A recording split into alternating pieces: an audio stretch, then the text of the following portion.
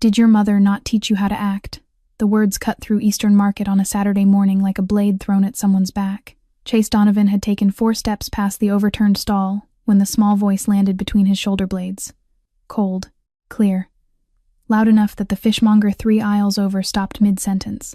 The voice belonged to a girl who was not quite 4 feet tall. She stood in the middle of the aisle, with one shoelace untied and trailing on the wet concrete. Her glasses, round and too big for her face, had slipped halfway down her nose.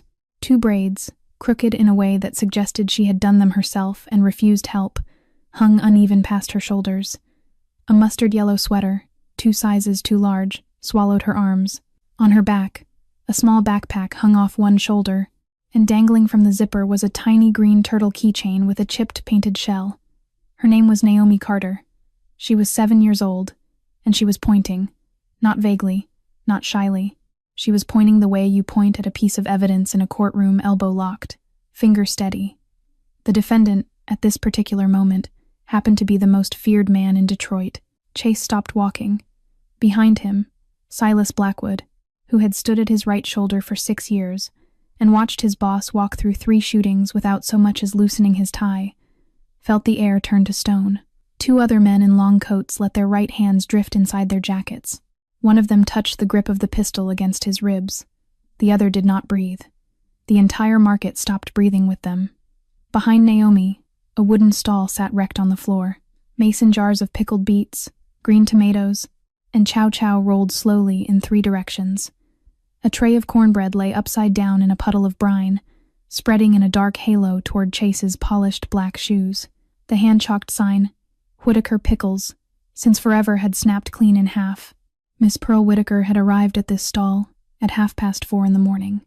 She had stacked every jar by color, then by acidity, the way she had stacked her entire quiet life for the last 28 years. 3 hours of careful hands, gone in a single unbothered stride. Chase had not stopped. Chase had not looked. Chase had walked past the disaster he had created, the way a man walks past a falling leaf. Naomi had watched the whole thing, and Naomi had followed him. "Yes, you," she said. And the market understood that she was not going to let this go. The tall one, with the coat. "I'm talking to you, mister." She pushed her glasses up with one knuckle. They slid right back down. "You walked through my grandmother's stall like it wasn't even there. You didn't stop. You didn't look. You didn't say one word." Her small voice stayed level. The voice of a child who believed rude people were a problem anyone could solve if they were simply brave enough to speak. "She got here before the sun. She stacked every jar by herself, and you broke it in 2 seconds and kept walking." She took 1 step forward. The untied shoelace slapped the concrete. "So I'm asking you, in front of everybody, did your mother not teach you how to act?" Chase Donovan turned around. He turned the way glaciers turn slow, quiet, and with a weight that made people step backward without knowing why. His face, carved into something that had forgotten long ago it was allowed to show anything, stayed empty. Ash-gray eyes, a jaw that did not move, a black wool coat that swallowed the morning light. He looked down at the girl with the crooked braids and the untied shoe. The girl looked up at him through smudged glasses and did not blink. The market held a silence so complete you could hear the brine dripping off the edge of the broken stall. 1 drop, 2, 3, because Chase Donovan was not afraid of bullets. He had caught one in the shoulder at 23 and finished the meeting. He was not afraid of police. He had sat across from 3 federal prosecutors and walked out the front door each time. He was not afraid of death. But 6 words from a 7-year-old girl in a mustard-yellow sweater had just reached inside his chest and pressed, hard, against a wound he had stitched closed 30 years ago. A wound in the exact shape of his mother. And somewhere underneath the silence of Eastern Market, in a place nobody could see, the most feared man in Detroit had just started to bleed. For 3 long seconds, Chase Donovan did not move. He was looking at the child in front of him. That was what his body was doing. But inside his skull, the morning had fallen away, and something else was rising up through him. Something that smelled of smoke. A house he had not walked through in 30 years. White-painted siding. The smell of kerosene where there should not have been kerosene. The sound of glass giving up. 2 short cracks. The kind of sound that was too small for what it did. And a hand. A woman's hand. Pressed flat over his 7-year-old mouth in the dark of a linen closet, while his mother's body folded down onto the floor on the other side of the door. "Don't look, sweet boy. Don't make a sound." The memory lasted less than a heartbeat. Then the market came back. Naomi was still talking. "She gets here before the birds wake up," the girl was saying. Quite serious now, as if this was a thing he needed, explained carefully because he clearly had trouble understanding simple facts. "She carries the crates by herself. She's 68, and you broke it, so you have to pick it up. That's how it works." She pointed at a red beet that had rolled all the way to the toe of his left shoe. "Start with that one." Silas Blackwood took one short step forward. His hand moved, not toward a weapon, but toward the child to sweep her out of the way, to put the world back on its normal axis. Chase lifted one gloved hand without looking at him. Silas froze mid-step. "Sir, stop." The word was quiet. Silas stopped. Chase lowered himself. The market saw it and did not believe it. A grandmother 2 stalls down made the sign of the cross. The fishmonger forgot he was holding a cleaver. The butcher's wife, who had hated the Donovan name since 1991, pressed her palm flat against her own mouth. Chase Donovan, in a wool coat worth more than most of the stalls in this aisle combined, went down onto one knee on a concrete floor wet with pickle brine. He reached out, and with a hand that had signed things nobody in this market wanted to know about, he picked up a single red beet. He set it carefully back into a jar that had not broken. He picked up another, a third. Silas was still standing behind him with his mouth half open. He had worked for this man since he was 28. He had never, not once, seen Chase bend at the knee for anyone. Behind the stall, a curtain shifted. Miss Pearl Whitaker stepped out from the back, a dish towel knotted around her waist over a faded blue apron. She was small, soft around the shoulders, the kind of woman who had spent a lifetime making herself easier to overlook, gray at the temples, warm brown hands that had known every kind of work. She looked at her broken stall. She looked at her granddaughter. Then she looked fully, for the first time, at the man kneeling on the floor. Something left her face. Not color, not only, something older than color. She made a small sound in her throat that was not a word, and her right hand came up and closed around the edge of her apron so tightly that her knuckles went pale. She took half a step back. Like a woman who had seen a ghost she had been dreading for 3 decades finally walk through her front door in broad daylight. Chase looked up. Their eyes caught. He did not know her. That was the first thing his mind said, loud and flat. And then, underneath that, quieter, something else said, "You do. You have always known her. You just put her away." His grip tightened on the beet in his palm. Pearl moved first. She turned sharply, put both hands on Naomi's shoulders, and steered her toward the back of the stall. "Baby, come. Come with Grandma. Right now." "But Grandma..." "He hasn't. Naomi." Pearl's voice cracked. She caught it. She gentled it, badly. "Hush. Sugar. Not one more word." She did not look back at Chase as she pulled the curtain closed behind them. Chase stood up slowly. The red beet was still in his palm.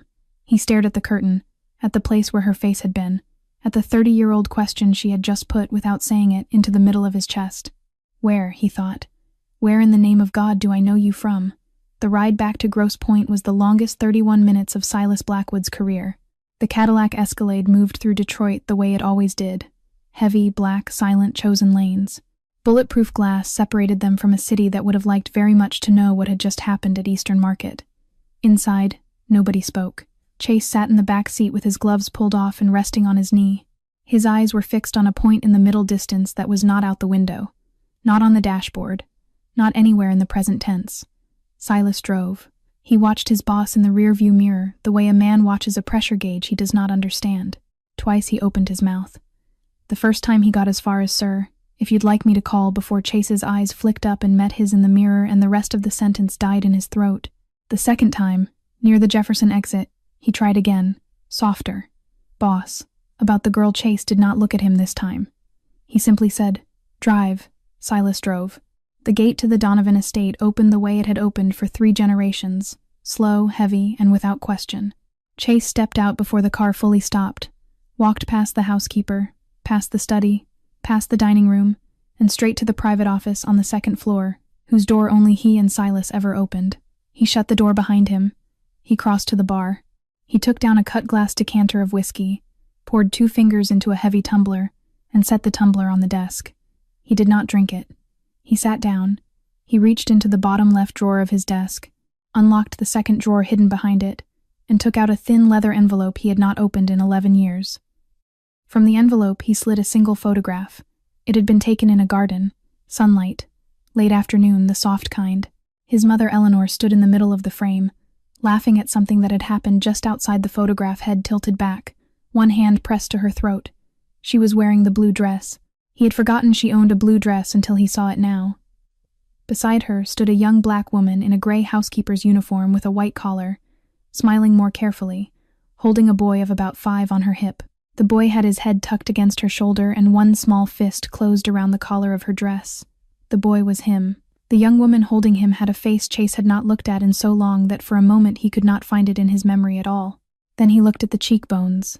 He looked at the set of the eyes, how they tilted down at the outer corners. He looked at the shape of the mouth at rest. 30 years younger, 30 years lighter. But there was no question. It was the woman from the curtain. It was Pearl. He laid the photograph flat on the desk and pressed one fingertip very gently against her face, the way a man touches the edge of something he cannot afford to break. Then he reached for the intercom. Silas. In. Silas came in. He closed the door behind himself without being told. He stood at the front of the desk with his hands folded at his belt buckle and waited. Chase did not slide the photograph toward him. He turned it face down instead. The woman at the pickle stall, Chase said. His voice was low, steady, and quieter than Silas had ever heard it. Her name, her maiden name, every name she has used, where she was born, every address she has lived at for the last 40 years, every job she has held, every person she has called family. The child, the granddaughter, same thing. Parents, birth records, school records, everything. Silas took out a slim notebook. He wrote, "How long?" 48 hours, Silas wrote. He did not ask what it was for. In 6 years, he had learned which questions paid and which questions did not. Quietly, Chase said, "Always, boss." Silas. Chase looked up. No one else. Not the capos, not the lawyers, not anyone who answers to the family. Silas's pen paused for one single heartbeat. He had heard instructions like this exactly twice before, and both times the world had rearranged itself the next morning. Understood. He left. The door clicked. Chase did not move for a long time. Night came the way it came over the lake in late October, purple first, then iron. The house went quiet around him. He took the untouched whiskey and the photograph out onto the second-floor balcony and stood at the stone rail, looking south toward the downtown skyline, where the lights of Detroit burned like small, cold stars. For 30 years, when Chase had thought of his mother, he had thought of a door closing in the dark. He had thought of the sound his 7-year-old mouth had made when the hand came away from it. He had thought of the word gone and all its synonyms, each of them heavy as iron. Tonight, for the first time, he thought of her and felt something else. It sat under his sternum, small and unfamiliar. It was not grief. Grief he knew by name. Grief was an old roommate. This was something he had to reach for a word to describe. Hope, finally, was the word, and it terrified him. 3 blocks south of the estate, a dark sedan sat under a dying street lamp with its engine off and its headlights out. Inside it, a man in his mid-50s with close-cropped silver hair and a thin white scar along his left jaw held a compact pair of binoculars to his eyes and watched the single-lit window on the second floor of the Donovan house. He watched the silhouette at the balcony rail. He watched how long it stood without moving. Marcus Reeves lowered the binoculars after a while, set them on the passenger seat beside a matte black case he had not yet opened, and lit a cigarette with hands that were still steady at 55. "So," he said quietly, to no one, to himself, to a ghost he had put in the ground 30 years ago and had just watched climb back out, "the boy is finally looking." He drew in smoke. He let it out slow. About time. The apartment sat on the 3rd floor of a narrow brick walk-up on Gratiot Avenue, one of the last buildings on the block that still had a working radiator and a landlord who answered the phone. 3 small rooms, a kitchen with a window that faced an alley, a fire escape where Pearl grew tomatoes in summer and cleared snow off with a broom in winter. That evening, the kitchen smelled like bean soup. Pearl stood at the stove in a house dress and slippers, stirring a pot that had been her mother's before it was hers. The spoon in her hand was steady, mostly. When she thought Naomi was not watching, it trembled, just once, and she pressed her wrist against the counter until it stopped. At the kitchen table, Naomi sat with her math workbook open, a yellow pencil in her left hand, and her glasses pushed up on her forehead. Her shoelace was still untied. Her mustard sweater was now on the back of the chair. And then, Naomi was saying, swinging one foot under the table, I told him to start with the beat by his shoe, because that one was the closest. It's just logic, Grandma. If you broke it, you start at the nearest thing and you move outward. Pearl made a small sound that could have been agreement, and he did. The spoon stopped moving. He did it, Grandma. He got down on the floor, right on his knee, in his fancy coat, and he picked up the beats. One at a time. I counted 7 before you called me. Pearl started stirring again. So, Naomi said, clearly waiting for a part of this story that had not yet been acknowledged. I think I did a good job. Pearl set the spoon on the rest. She crossed to the table, slid into the chair opposite her granddaughter, and folded her brown hands in front of her. The left one was still trembling, just at the thumb. She tucked it under the right. Baby, look at Grandma. Naomi looked. When a stranger makes you feel something in your belly that says careful, you feel that, don't you? You felt that this morning? A little. Next time, you listen to it. Next time, you come find me first. You don't walk up on a grown man by yourself. Not any man. Not ever. But he was Naomi. Something in Pearl's voice was not scolding. It was older than scolding. It was the voice of a woman who had once bent down in a burning hallway and pressed her hand over a child's mouth and had never fully stood up straight since. Naomi heard it. She did not know what she was hearing, but she heard it. She closed her workbook. Okay, Grandma, Pearl exhaled. She reached across the table and brushed a loose piece of braid back behind Naomi's ear. Eat your soup. Naomi ate. She was quiet for maybe 20 seconds. Then she pushed her glasses down from her forehead onto her nose, looked carefully at her grandmother over the rim of the spoon, and said, Grandma, did you know him? Pearl did not look up from her bowl. Know who, sugar? The man in the coat. When he turned around, you made a face. You never make that face. You made a face like when the landlord comes up the stairs, but worse. Naomi tilted her head. You knew him. The kitchen held very still for a moment. I'm tired, baby, Pearl said, and her voice was careful. Careful, careful. Eat your soup. Naomi did not push. That was one of the things about Naomi she knew when to stop asking out loud. She kept eating, but behind the round glasses, behind the bean soup, a small door closed in her mind with the word unresolved written on it. The way Naomi filed all things that the adults in her life tried to step around. She would come back to it. Later, after the bowls were rinsed, after teeth were brushed, after the turtle keychain was unclipped from the backpack and set carefully on the nightstand, Pearl pulled the blanket up to Naomi's chin and sat down on the edge of the narrow bed. Sing the sparrow one, Grandma. Baby, you're too old for that song. I am not. Pearl smiled. It was a small smile, a tired one, but it was real. She laid her hand on top of the blanket over Naomi's ribs and began to sing, low, the way people sing when they are not trying to sing so much as trying to put a small body to sleep. Hush, little sparrow, the night don't last. Mama's hand will hold you fast. Trouble walk heavy, trouble walk slow. But morning, little sparrow, morning gone come for you know. The melody was older than the apartment, older than Gratiot Avenue. A blues lullaby from Detroit in the 50s. The kind of thing black women had once hummed in kitchens over pots of beans and greens, except the verses. The verses were Pearl's own. She had written them when she was young, in a big white house in Grosse Pointe, for a boy who had trouble sleeping when his mother worked late. 30 years ago exactly, she had sung these same words, in this same key, into the hair of a 7-year-old boy named Chase Donovan. Naomi knew every word. She joined on the second verse, her small voice sliding in underneath her grandmother's, the way a child's voice does when a song has been given to her like an inheritance. They sang it through twice. By the end of the second verse, Naomi's eyes were closed. Pearl stayed a moment longer. She smoothed one crooked braid. She took off the round glasses and folded them onto the nightstand beside the turtle. She watched her granddaughter breathe. Then she stood, walked quietly to the door, and turned in the hallway light to look back at the sleeping child.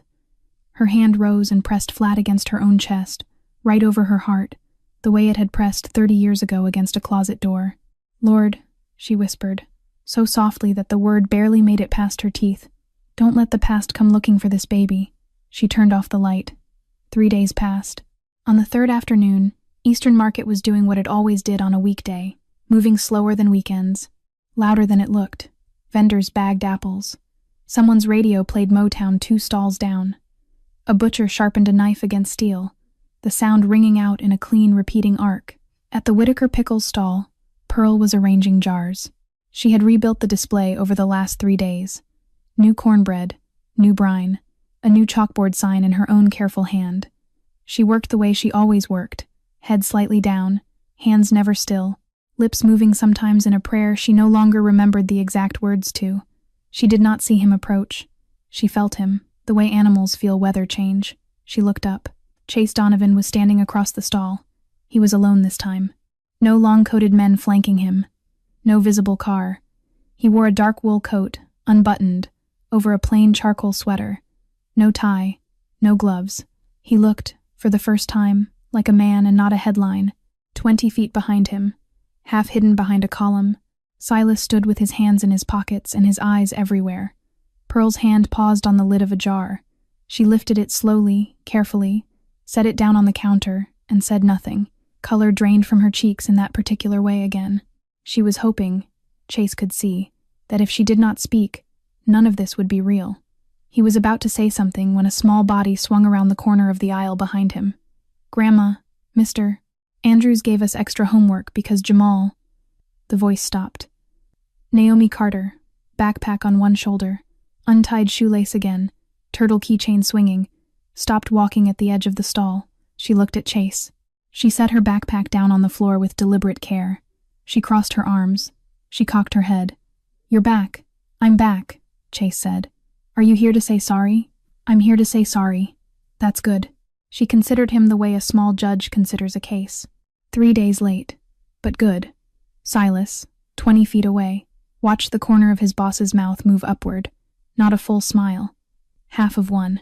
A thing that pulled at the left side of Chase's face and almost reached his eyes. In 6 years of standing behind this man through shootings, funerals, negotiations, Christmas dinners at the Donovan estate, Silas had never once seen it. He made a small, involuntary sound and then pretended he had not. Chase turned back to Pearl. "I'd like to buy all of it," he said quietly. Pearl blinked. "All of every jar on the stall. Every loaf of cornbread. All of it." He slid a folded bill across the counter. It was a $100 bill. Pearl's hands did not move toward it. "That's too much, sir. Keep the change." "Sir, I can't keep it, Mrs. Whitaker. Please." She heard him say her name. Her shoulders tightened the way a rope tightens. Naomi, meanwhile, had not moved. She was staring at the money on the counter with a small frown gathering at the bridge of her nose. She walked around the stall, came to stand directly in front of Chase, and looked up at him through her glasses with her chin lifted. "You think money fixes it?" Chase looked down. "I think it doesn't. You walked through her stall like she wasn't a person. $100 doesn't fix that. You have to use the words, out loud, with your mouth." Pearl made a soft, mortified sound behind her. "Baby, that's enough." Chase raised his left hand. Palm up, the way you raise a hand to stop a friend from apologizing for you. Pearl's sentence died. And then he did something nobody in Eastern Market that afternoon had ever seen a grown man in a $5,000 coat do. He bent, not to one knee this time, all the way down. He lowered himself into a crouch in front of the 7-year-old girl in the mustard sweater so that his face was level with hers, so that his gray eyes and her brown eyes were the same height. And he said, slow and low and clear enough that Pearl heard every syllable, "You're right. I'm sorry, Mrs. Whitaker. I'm sorry for walking through your stall. I'm sorry for not stopping. I should have stopped, and I should have helped, and I didn't, and that was wrong." There was a small silence. Naomi tilted her head the other way.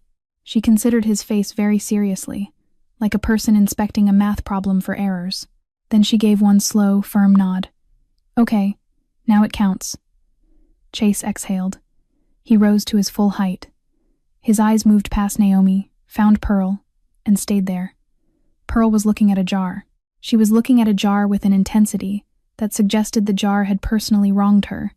Chase's voice dropped, almost gentle. "Mrs. Whitaker. You worked up in Grosse Pointe, didn't you?" It was not really a question. Pearl's hand jerked. The jar of red pepper relish she had just picked up slid out of her fingers, struck the concrete edge of the stall, and exploded. Glass sprayed. Deep red sauce burst across the pale concrete floor in a long, ragged arc, spreading outward in a pattern the exact color of arterial blood. For one long second, nobody in that aisle moved. Pearl stared down at the mess at her feet. Chase did not look at the mess. He was looking at her face. And her face, for one uncontrolled second, told him everything he had come here to find out. 11 that night, the second-floor office at the Donovan estate, one lamp burning, brass green, on a corner of the desk.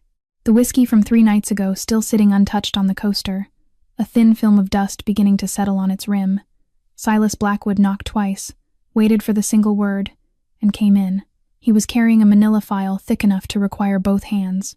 He placed it squarely in the center of the desk between himself and his boss. He did not sit down. In 6 years, Silas had never sat down in this office without being told to. And tonight he had a feeling, somewhere under his collar, that tonight was not a night to start. "Read it to me," Chase said. Silas opened the folder. Pearl Ruth Whitaker. Date of birth 1957. Born in Alabama, came north as a girl, age 68. He turned a page. Sole legal guardian of a minor grandchild, Naomi Faith Carter, age 7. The girl's parents, Michael Carter and Denise Whitaker Carter, were killed last year on the I-94. A semi crossed the median. Pearl took custody within the week.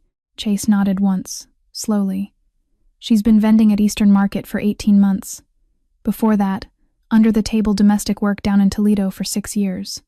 Before that, Silas paused, turned the next page with a flatness in his voice that wasn't natural for him. Nothing. Chase lifted his head. Define nothing. No tax records. No lease. No utility in her name. No driver's license renewed. No Social Security activity. From 1995 until about 2014, Pearl Whitaker does not appear in any public database I can access. 28 years, boss. She was a ghost. The word landed. Chase did not speak. Silas turned one more page and set his thumb on it, the way a man sets his thumb on a detonator. But I found her. 1993 to 1995, she was employed full-time at a private residence in Grosse Pointe, head of household staff. Lived in. Signed W-2 under the name Pearl R. Whitaker, matched to the same social. He paused. He looked up, and for the first time since entering the room, he looked his boss directly in the face. "The residence was yours, sir. Pearl Whitaker was the senior housekeeper for Mrs. Eleanor Donovan. She worked for your mother." The silence that followed had a weight to it. Chase set both palms flat on the desk. He pushed his chair back. He stood, turned his back to Silas, and walked 3 steps to the window. From there, the city was only a scatter of faraway light, a quiet glitter over dark water. He rested one hand on the window frame. His shoulder blades, under the dark sweater, moved once. It was not a large movement. It was the kind of tremor a man has when something inside him has shifted half an inch, and he is trying very hard to hold the rest of himself in place over it. Silas, who could read weather in a room the way a fisherman reads sky, saw it and understood that he was about to be asked to leave. "Out," Chase said. "Close the door." "Yes, sir." Silas. "Sir." "Close it." Silas stepped out. He pulled the door shut behind him. The latch caught with a soft, precise sound. He stood on the other side of it in the hallway for a long moment, before he realized he was doing it. In 6 years, he had never been asked to close a door. Inside the office, Chase turned back to the desk. He sat. He pulled the file toward himself and opened it to the last tab. Behind that tab was a photocopy of a newspaper clipping, yellowed and scanned twice to legibility. Detroit Free Press, October 1995. A grainy photo of a burning house, Grosse Pointe fire trucks, a hose in the foreground. Fire claims socialite, 1 dead at Donovan estate. Eleanor Donovan, 32, wife of the late Robert Donovan and mother to a 7-year-old son, perished in an overnight blaze at the family residence. Investigators cite an electrical fault. The household's longtime senior housekeeper, Pearl R. Whitaker, is listed as missing and is presumed to have died in the fire. Chase read it twice. He laid his palm, slowly, on the old photograph of his mother's face beside the column, and for the first time in 30 years, something wet fell from his face and landed on paper. He lifted his hand. He looked at the small dark spot it had left on the printout. He watched it spread and stop. Then he drew the back of his wrist once across his eyes, hard, and his face went cold again. Something was not right. Something in the story Silas had just read him did not close. If Pearl Whitaker died in the fire, he thought, then who is selling pickled beets at Eastern Market?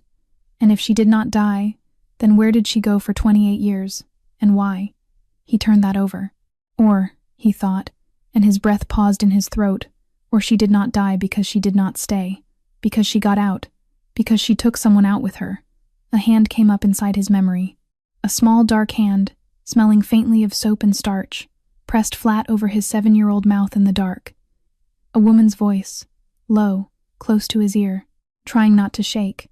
"Hush, sweet boy. Hush now. Grandma's getting you out." Chase sat very, very still. He had not remembered the word grandma in 30 years. The voice that had spoken it into his ear in a burning house in October of 1995 had been the voice of the woman at the pickle stall. Pearl had not just known his mother. Pearl had carried him out. Chase did not sleep that night. At 7 the next morning, he was already in the car. He drove himself. Silas had tried to come. Chase had told him, without raising his voice, to wait at the estate. The Escalade, without its usual weight of men, felt strange in his hands as he moved through the early light along Gratiot and down into Russell Street. Eastern Market at that hour was half awake. Sawdust in the air, a forklift moving pallets at the far end. The vendors who arrived early were drinking coffee out of paper cups and pretending not to watch each other. Chase walked down the aisle with his coat open and his hands empty. The Whitaker Pickles stall was set up, but unattended. The front curtain was tied back. Through the opening, he could see a narrow passage into the small storage space behind the stall shelves, crates, the soft yellow light of a single bulb. Pearl was back there. He could hear her moving. At the front of the stall, sitting cross-legged on an upturned crate, was Naomi. She had a coloring book open on her knees. In her left hand, a purple crayon. Her tongue was tucked into the corner of her mouth in concentration. Her braids today were, if anything, more uneven than the last time he had seen them. One sock was pulled up to her knee, the other had vanished entirely into her shoe, and she was singing. Not loud, just to the page, the way a child sings when she has forgotten that singing is a performance, and remembered that it is only something to do with her breath while her hands are busy. "Hush, little sparrow. The night don't last. Mama's hand will hold you fast." Chase stopped walking. 2 steps from the stall, in the middle of the aisle, he stopped walking and he could not move. His legs were the part of his body he lost first. They did not fold, but they stopped belonging to him. The air in his chest turned thin. He had carried that melody inside his skull for 30 years. He had woken to it from bad dreams at 14, at 21, at 36. He had never known the name of the song. He had never been able to pin down the words past a few broken phrases.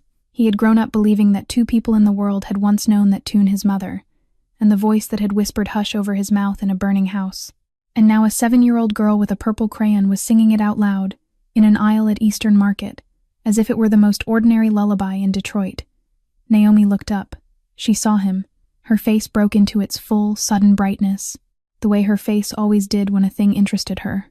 "Oh, hi, mister." Chase could not answer. "Do you want to hear the rest?"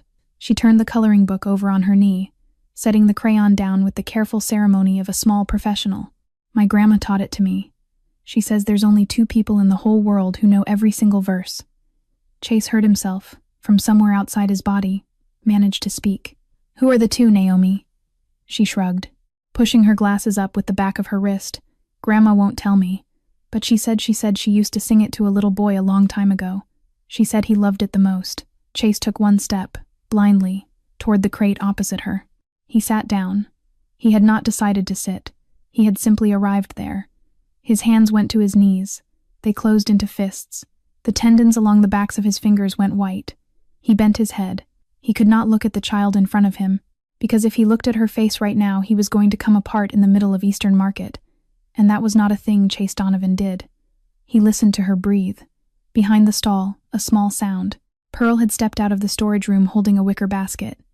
She took 1 step into the open and froze. The basket slid out of her hand and tipped to the concrete with a soft thud, spilling a row of cornbread rolls. She did not bend for them. She looked at Chase, head bowed, hands white on his knees, shoulders folded inward like a man holding something together from Z. She looked at her granddaughter, singing his lullaby to him without knowing she was doing it. She knew. Pearl Whitaker, who had spent 28 years outrunning this exact moment, stood in the back of her stall at Eastern Market and understood that the running was over. She did not move. She did not call Naomi to her. She did not reach for the back door she had always made sure was unlocked. She simply stood there, her thin shoulders going up and down with her breath, and tears slid down her face without her permission and without her bothering to stop them. Chase lifted his head. The 2 of them looked at each other across the top of Naomi's crayons. No one spoke, but 30 years of silence broke open between them, quiet as ice shifting under a river. Naomi felt it before she understood it. Children always do. She set her coloring book aside, climbed down off the crate, walked around the corner of the stall, and reached up to take her grandmother's hand. "Grandma." Pearl looked down at her, blinking. "Did the mister make you cry?" Pearl laughed. A wet, broken, beautiful laugh. She shook her head. "No, baby, no. The mister didn't make me cry." She pressed her free hand to her mouth, took it away, and looked back at the man sitting on the crate at the front of her stall. The mister is the little boy. Across Russell Street, on the far side of the chain-link fence that bordered the market's north lot, a gray Buick sedan sat idling without its headlights on. The car had been parked there for an hour and 40 minutes. Inside, a man in a dark windbreaker held a small pair of Steiner binoculars to his eyes and did not move his head. The lenses were trained on the mouth of the Whitaker Pickles stall. He had watched Chase Donovan walk in. He had watched him stop in the middle of the aisle. He had watched him sit down on a crate opposite a child, and then, 2 minutes later, he had watched an old black woman come out from behind the stall and stop breathing for a beat. Marcus Reeves was 55 years old. Close-cropped silver hair, cut the way a man cuts his hair when he learned how in the service and never updated the habit. A thin white scar ran along his left cheekbone from ear to the corner of his mouth. A souvenir from Jalalabad that had nothing to do with anything he did now. His hands were quiet on the wheel. They had been quiet for a long time. He set the binoculars down. He took out a phone, a cheap flip model, prepaid, nothing a detective could do anything with if it ever turned up in a drawer, and dialed a number from memory. One ring. Pick up. No greeting. "It's me," Marcus said. The voice on the other end was older, deeper, and measured. A voice that never raised itself because it had never needed to. "Go." The boy found her. The silence that followed was not surprise. It was calculation. "Where?" "Eastern Market. She's been there the whole time. Running a pickle stall under her own name, if you can believe it. He's with her right now. Sat down on a crate like a little boy. I think he knows. How much does he know? Enough that he's still sitting there." Another silence. "Handle her," the voice said, "before she opens her mouth. Clean. The kind of clean where Chase does not suspect anything he cannot be made to accept." Marcus closed his eyes for half a second. "There's a kid." "Yes, a granddaughter. About 7. She's on her shoulder every day." The pause on the other end was not hesitation. It was the time a man takes to decide a thing with no regret because he has already decided it. "Both," Vincent Donovan said. The line went dead. Marcus lowered the phone into the cup holder. He exhaled once through his nose, a long, slow exhale that had no emotion in it at all. Then he reached into the inside pocket of his windbreaker and pulled out an envelope. And from the envelope, a photograph. It was old. The color had gone orange at the edges, the way 1990s color film did when you kept it in the dark for 30 years. In the photograph, a young black woman in a torn housekeeper's uniform was running across a wet lawn at night. She was barefoot. She was carrying a small boy against her chest, his face buried in her throat. Behind them, a large white house was on fire. The photograph had been taken at a distance, with a long lens, from a hedge near the rear gate of the Donovan estate in October 1995. Marcus had taken it himself. He had been the man inside the house 40 minutes before. He had been the one who did the job. And when he was walking back across the lawn toward his car, he had seen Pearl Whitaker running the wrong direction through the smoke with a boy on her hip, and instead of ending her, he had raised his camera and pressed the shutter. Because a smart man, in his line of work, always kept a second leash on the man who paid him. For 30 years that photograph had been his life insurance. Vincent Donovan could not have him killed, because if Marcus died, this picture proof that the housekeeper and the boy had both walked out of that fire alive would surface in places neither of them could afford it to surface. But now the boy had gone and found the housekeeper by himself. Marcus held the photograph between his thumb and forefinger and thought about what it was worth now. If Pearl died clean tonight, the photograph was worthless. A photograph of a woman getting away means nothing when the woman is not alive to confirm it. His leash on Vincent would snap. If Pearl lived and spoke, he was a dead man. The only play left was a narrow one. He had to put her in the ground without destroying the leverage, keep the photograph, keep the story, make Vincent think Marcus still had something to sell. He slid the picture back into the envelope. He started the engine. Across the street, the Whitaker stall curtain shifted, and Pearl stepped out, her hand tight around her granddaughter's. The bus for Gratiot Avenue was pulling up to the stop on the far corner. Pearl kept her head down. She boarded. Naomi followed, turtle keychain swinging. The gray Buick pulled out and slid into traffic 3 cars behind the bus, slow and unhurried. Inside the market, Chase Donovan stood at the edge of the aisle with his hand on a column. He was watching the bus pull away. He watched the cars behind it. He watched a gray sedan he had not seen before ease out of a lot across the street and fall into position behind the bus with a practiced, unhurried 2-car gap. Something along Chase's jaw hardened. Silas stepped up beside him. "Sir." Chase did not take his eyes off the street. Gray Buick. Late model. Plate partially obscured. Tailing that bus. "I see it. I want her protected. Both of them. Around the clock. Invisible. Nobody in the house knows. Nobody outside your own men. Starting now." "Yes, sir." "Silas." "Sir. If anyone touches that child, shoot first." "Yes, sir." Silas was already on his phone. A week went by. The story of what happened inside the Whitaker Pickles stall did not leave Eastern Market, because the people who had seen any piece of it had the good sense to know which stories were theirs to tell and which were not. But by the 3rd afternoon, every vendor in the aisle had quietly noticed the same thing. The man in the black coat had come back. Not once. Every afternoon. He arrived around 4, parked the black Escalade 2 blocks east, walked in alone with Silas trailing at a practice distance, and sat on the same upturned wooden crate at the mouth of Pearl's stall until the market closed. He drank coffee out of a paper cup. He did not touch a jar. He watched the aisle the way a man watches a door. On the 8th day, he walked up to his usual crate and stopped. Someone had written on it. Naomi had done the writing, which was obvious from the handwriting and from the small purple smear on the corner where her sleeve had dragged. Thick black marker. Uneven letters. All caps. She had taken her time. Mr. Didn't know how to say sorry seat. Chase looked at it for a long moment. The corner of his mouth moved. "Still angry, are we?" Naomi, who was coloring on the other crate and had been waiting for this exact moment for approximately 45 minutes, did not look up from her paper. She was trying very hard to seem casual about it. "I'm not angry, but if we don't write things down, people forget. Grandma says you don't erase the truth just because the person got better." "Fair." He sat. Pearl came out from behind the curtain with a thermos and 3 small tin cups. She had, over the last week, slowly stopped flinching when Chase entered the aisle. Today she did not flinch at all. She poured coffee, strong, with sugar in it already, and handed him a cup. Her hand did not tremble. She handed one to Naomi too, which was mostly hot milk and only a spoonful of coffee for the ceremony of it. "How's school?" Chase asked. Naomi put her crayon down with emphasis. Any question about school, in Naomi's world, was an opportunity of scale. "Mr. Andrews is making me write a 5-page paper on the meaning of fairness. 5 pages. 5. On fairness." She rolled her eyes in a way that was, unmistakably, a small version of her grandmother. "I told him I could do it in 1 sentence, but he said that wasn't going to fly." "What's the sentence?" "Fairness is when the person who did the wrong thing has to say sorry." "That's it. That's the whole sentence." Chase tipped his head. "That's a solid sentence. Thank you. You should be a lawyer." Naomi considered this with the dignity of a person being offered a job. "No. I think I'll be a detective. Or a singer. Or both. It depends on the week."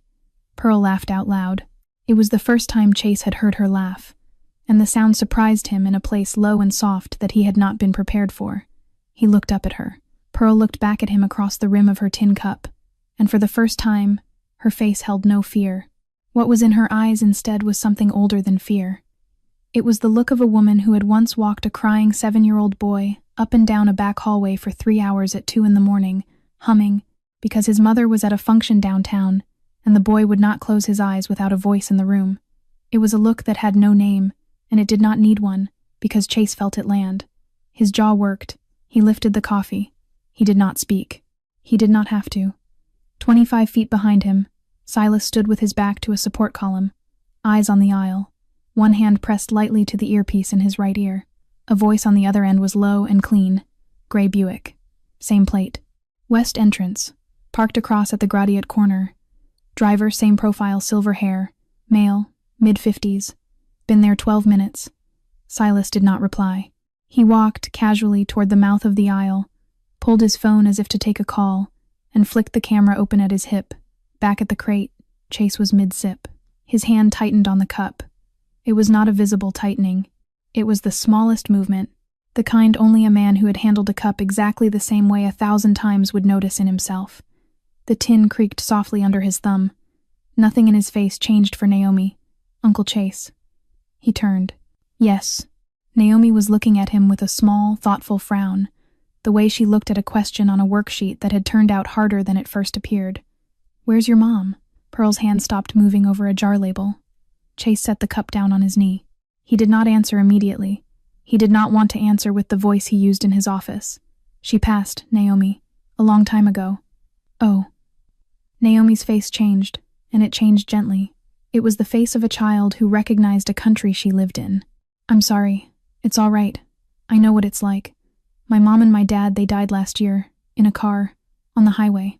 She said it the way she said things, without decoration, because it was simply true. I still have Grandma, though. She's enough. Chase looked down at his coffee. Do you have anybody, Uncle Chase? Left?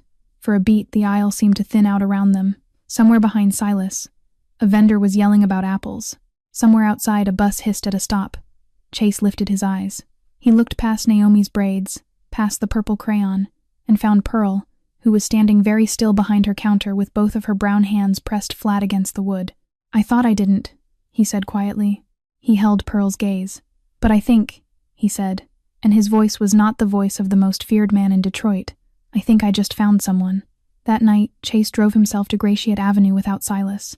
He parked the Escalade 2 blocks east of the walk-up, under a street lamp he had chosen because the bulb was out. He went up on foot. He took the stairs because the elevator was the kind of small space a man in his life had learned not to put himself into. 3 flights. A narrow hallway that smelled faintly of bleach and onions and old radiator paint. Apartment 3C. He stood outside the door for a moment before he knocked. Pearl opened it in a cardigan pulled over her house address. She did not look surprised to see him. She had been expecting him, perhaps, since the afternoon in the stall, perhaps for longer. Naomi? He asked quietly. Asleep since 8. Come in. He came in. The apartment was small, warm, and very clean. A kitchen that opened into a living room. A bookshelf with paperbacks standing 2 deep. A crocheted blanket over the back of a couch. On top of the television, a framed photograph of a young couple, a smiling black man in a work shirt, a woman with Pearl's eyes holding a baby. Naomi's parents. Chase looked at it once. He did not ask. Pearl poured 2 cups of black tea. She set one in front of him, at a small table by the window, and lowered herself carefully into the chair opposite. The overhead light was off. Only the small lamp in the corner, with its warm yellow shade, was burning. She wrapped both hands around her cup. Eleanor, she said, was ironing a dress that night. No, I was ironing the dress. She was on the phone in the parlor. She had a dinner the next evening at the DIA, and she couldn't decide between the emerald one or the black one. I had them both on the board. Her voice was low, even. She had told this story to herself so many times that she no longer had to feel it to tell it. I heard the door in the kitchen. Not a knock, a splinter. Chase did not move. 4 men, masks. One of them already had a canister in his hand kerosene. I could smell it before I saw it. Your mother came running. She was barefoot, I remember that. She had taken off her shoes on the phone. Pearl's mouth moved faintly, almost a smile. She was always doing that, taking off her shoes. She pushed you, Chase said. She pushed me and she pushed you. Into the linen closet under the back stairs. It wasn't a closet, really. A broom space. She slammed the door and I heard her say to them, very clear, like she was ordering something in a restaurant. Whatever you came for, take it and go. There is nobody else in this house. Chase closed his eyes. I put my hand over your mouth, Pearl said. You didn't cry. You looked at me with those eyes, same eyes you have now, 7 years old, and you looked at me like you already understood. A long breath. Then I heard 2 shots, small ones, close together. And then a man's voice, very calm, said, Done. Light it up. Make it look like an accident. Chase opened his eyes again.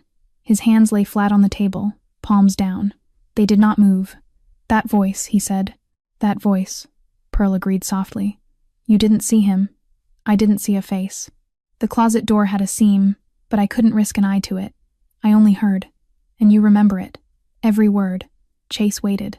Pearl took a small sip of her tea. I carried you out the service door at the side of the kitchen. The fire was already in the drapes by then. I crossed the lawn barefoot too, I realized later, and I went through the hedge at the Kersey property next door. I put you in the back of their delivery van. I paid a man in Toledo $500 to drive us both to a bus station, and from that bus station I took us to a cousin's porch in Alabama, and I did not come back above the ground for 23 years. Why didn't you go to the police, Pearl? Her eyes filled. Because I had no proof. I had heard a voice. I had no body to show. I had a 7-year-old boy who could be killed the instant anyone knew he was alive, and I had seen enough of your family by then to know that there is no door in this city that a Donovan cannot walk through if he wants to. I decided, Chase, forgive me. I decided that you growing up in the dark was better than you not growing up at all. He did not speak for a long moment. You remember the voice. I remember it. Tell me. You are not going to want to hear it. Tell me, Pearl. She looked at him, properly, across the small table. The lamp put warm light on one half of her face and left the other in shadow. When she spoke, it was gentle, the way a woman is gentle when she has to put a dog down. It was your uncle, sweetheart. It was Vincent.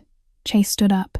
He stood up so fast that the chair behind him scraped backward on the wood floor, and the teacup on the edge of the table went with his elbow. It struck the floor, broke cleanly into 3 pieces, and the black tea spread in a dark arc across the boards. That isn't possible. Chase. He raised me, Pearl. He picked me up from the hospital. He put me to bed. He paid for my schools. He stood at my father's grave and told me I was his own. Pearl was crying now. The quiet kind, without sound. Why do you think he raised you, baby? Chase said nothing. To control the family, so that when the time came, the heir would belong to him, so you would never, ever look backward, so you would grow into exactly the knife he needed. Why do you think he never let you ask about the fire? Chase stood in the middle of her small kitchen with broken china at his feet, and the autumn wind rattling the window sash behind him, and for the first time in his adult life, he did not know what to do with his hands. Outside, the wind off the Detroit River pushed through the seam of the 3rd-floor window and made a low sound, almost a voice, almost a name. Chase got back to the Donovan estate a little before 2 in the morning. He did not go to bed. He did not turn on the main lights. He walked through the dark of his own house the way a man walks through a place he has just realized he has never actually owned, past the portrait of his grandfather on the landing, past the suit of ceremonial armor Vincent had bought at an auction in Turin, past the library where, on a Christmas morning when he was 9, a man in a gray cardigan had handed him a silver pocket watch and said, "Your father would have wanted you to have this, son." He went into the office and locked the door behind him. He knelt at the wall safe behind the Rothko. He had not opened this safe in 11 years. The combination was his mother's birthday, March 22nd, a detail Vincent had set for him at 14 with a hand on his shoulder, telling him, "Put her somewhere you'll remember, so she never leaves." Now that sentence, spoken in that cardigan-gray voice, sounded different. Inside the safe, behind 3 stacks of bearer bonds and a pistol he did not touch, sat a cedar box no bigger than a large book. He took it out, set it on the desk, and opened it. Eleanor Donovan's diary. He had not opened it in 30 years. At 14 he had tried, and he had broken at the first sentence. My beautiful boy came home singing today, and he had closed it again and put it away, and he had understood that if he ever read this book he was not going to survive reading it, so he had buried it in a safe, and made certain he never had a reason to take it back out. Tonight, the reason had become larger than the grief. He turned to the last entries. The handwriting was thin, elegant, ink pen. His mother had written the way she had done everything with care, with speed, with a small flourish at the end of each line. September 10th, 1995. Vincent came to the house this afternoon and said what he has been circling toward for 3 years. He wants Chase's inheritance placed into a trust he personally administers, from now until the boy turns 25. He said it would simplify the transition. I said no. September 21st. He came back. This time he did not bother with softness. He said a widow cannot carry the name alone, and that a 7-year-old should not be standing between a family and its future. I told him my 7-year-old is the future. October 4th. I think he will do something. I have known him for 13 years and I can see it under his skin now. A thing that is deciding. He still calls me sister. He still brings Chase caramels from the airport. But Robert's people are all Vincent's now, and the lawyers don't answer my calls the way they used to. October 17th. He is my husband's brother. I am going to believe, for 1 more week, that blood means something. I have to. My boy adores him. The diary ended there. The next entry would have been dated October 24th, the night of the fire. There was no next entry. Chase sat very still for a long time. Then, carefully, the way a surgeon closes a patient, he closed the diary and laid his hand flat on its cover. He understood now. Every war he had fought for the family since he was 19, the Romano feud in 2006, the Dock War in 2011, the 3 capos he had personally put in the ground at 24, because Vincent had looked at him across a dinner table and said, "Boy, it has to be you." Every one of them had been Vincent's knife, held in Chase's hand, pointed at men Vincent wanted gone. The name at the bottom of every bloody receipt in Detroit for 30 years had been Donovan, and the Donovan they all feared was Chase. The Donovan who had ordered it was Vincent. Chase had been the weapon. Vincent had been the hand. He stood up. He crossed to the side table. He poured 3 fingers of whiskey into a cut-glass tumbler. He picked it up. He raised it halfway to his mouth. He stopped. He put it back down, untouched, next to the one he had poured 4 nights ago and never drunk. He picked up his phone. "Silas, sir." The voice on the other end was not sleepy. Silas did not sleep when Chase had not said goodnight. "Come to the office." Silas was at the door in 6 minutes. Chase did not offer him a chair. "I need 12 names. The 12 most loyal men we have who do not answer in any way, through any channel, to my uncle. Men whose last paychecks were signed by me, not him. Men whose pensions will come from me, not him.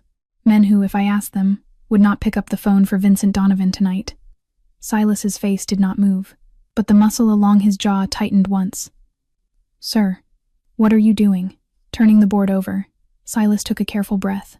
"Sir, if he gets a single whisper of this, he has the votes to burn you before we stand up. He owns the capos. He owns half the city council, which is why he will not get a whisper. But there is someone who may already know." He held out his hand, the plate from the gray Buick. Silas unlocked his phone, turned it, and placed it in Chase's palm. Chase looked at the plate number. He opened a second database on his own phone, a private one, paid for, not traceable. He typed. A face came up on the screen, a service photograph from decades back, gone soft with time. A younger man in dress uniform, close-cropped dark hair, now long gone silver, the faint diagonal scar already along his cheek.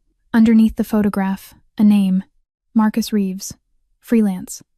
Known associate, Donovan Organization, 1992 through 96. No formal tie since. Chase went cold from his hairline down. "He was there that night," he said quietly. "Him. He's the one who pulled the trigger." Silas watched him. The room seemed to rearrange itself into its correct shape for the first time in 30 years. Vincent had given the order. Marcus had carried it. And now, 30 years later, the man who had carried it was sitting in a gray sedan across the street from Pearl Whitaker, with the same order still in his ear. Chase raised his phone again. "Triple the detail on the apartment. Triple it on the school.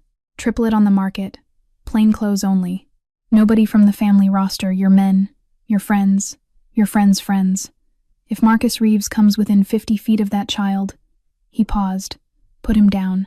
"Yes, sir." Silas left. The door clicked. Chase Donovan stood alone at his desk in the house he had been raised in by the man who had killed his mother.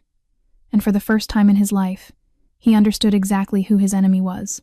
Tuesday afternoon at Fielding Elementary on the east side of Detroit, the bell rang 12 minutes early because a pipe had burst on the 3rd floor, and the principal had decided to send the children home rather than sit them in a gym that smelled like wet drywall.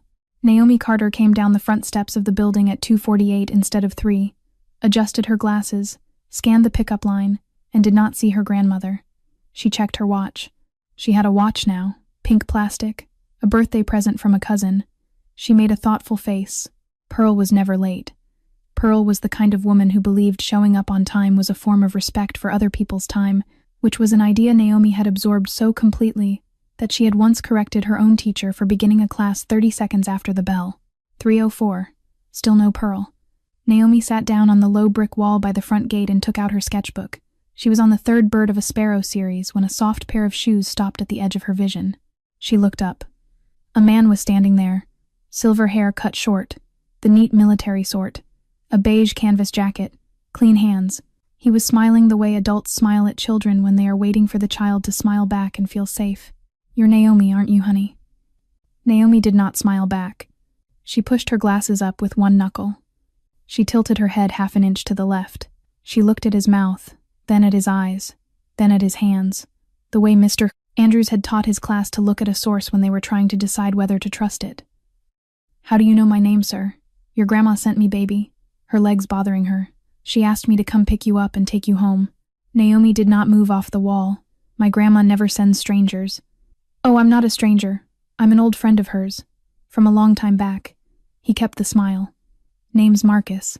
My grandma," Naomi said slowly, "tells me about every single friend she has. Mrs. Ruth from the flower stall, Miss Dottie from downstairs, Pastor Edwards, Mr. Lewis at the post office."